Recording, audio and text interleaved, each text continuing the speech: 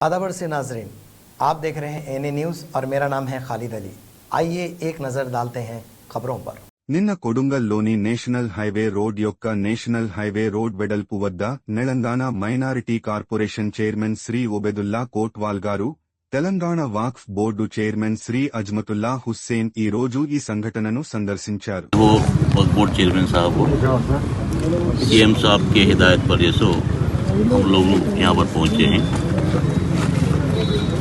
CM साहब का ये घर है। सीएम साहब को ये वतन से, ये गांव से, यहाँ के लोगों से बहुत लगाव है। मैं समझता हूँ बहुत से लोग यहाँ के मैं और लोग उसको बचपन जानते हैं उनको। खासकर जो हादसा हुआ है, डेफिनेटली वक्फ बोर्ड चेयरमैन साहब जिस तरह कहा है कि इसके जिम्मेदार कौन है, उसकी ज़रूर जांच की जाएगी और कब्रिस्तान को महफूज करने का, किले को भी रिकंस्ट्रक्ट करने का वो जिम्मेदारी अजवा साहब लेंगे। वक्फ बोर्ड चेयरमैन के हिस्से से सीएम साहब से बात करके मैं खुला बोलता हूँ कि यहाँ के मुकामी लोगों को उनके मर्जी के खिलाफ कोई काम नहीं करेंगे। इंशाअल्लाह।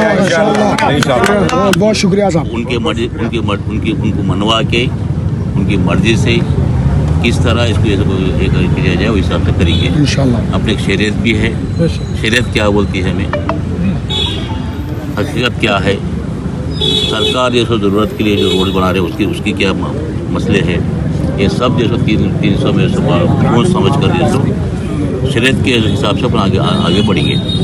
मैं ख़ास कहता हूँ कि वक्फ बोर्ड मैं फाइनेंस कॉर्पोरेशन बनने के बाद उन्होंने कोडंगल में हर माइनॉरिटी को, हर घर को ऐसा कुछ ना कुछ इमदाद पहुँचने के लिए ऐसा कोशिश कर रहे हैं। उसका मैं खुद ही उसका ऐसा ये विटनेस हूँ।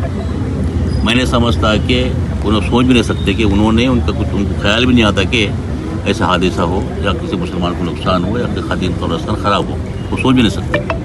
लिहाजा वो दर्द उनको है, हमको है, सबको, आपको भी है। आपके दर्द में, आपके सोच में ऐसा उन्होंने और हम जैसे हिस्सेदार है उसके। मैं ऐसा बिल्कुल आपका ही हूँ। मैं आप लोग सब जानते हैं इस मुकाम में ऐसा मैं बहुत लंबे अरसे से जैसे आपसे आना जाना मुझे है। अब ख्यालात मुझे मालूम है। आज जो ये इंसिडेंट हुआ है, वक्फ बोर्ड चेयरमैन साहब की जिम्मेदारी है कि उन्होंने जैसो कदीम कब्रिस्तानों को, कदीम दरगाहों को उसको जैसो हिफाजत करना, उनके जैसो ये करने का उनकी जिम्मेदारी है।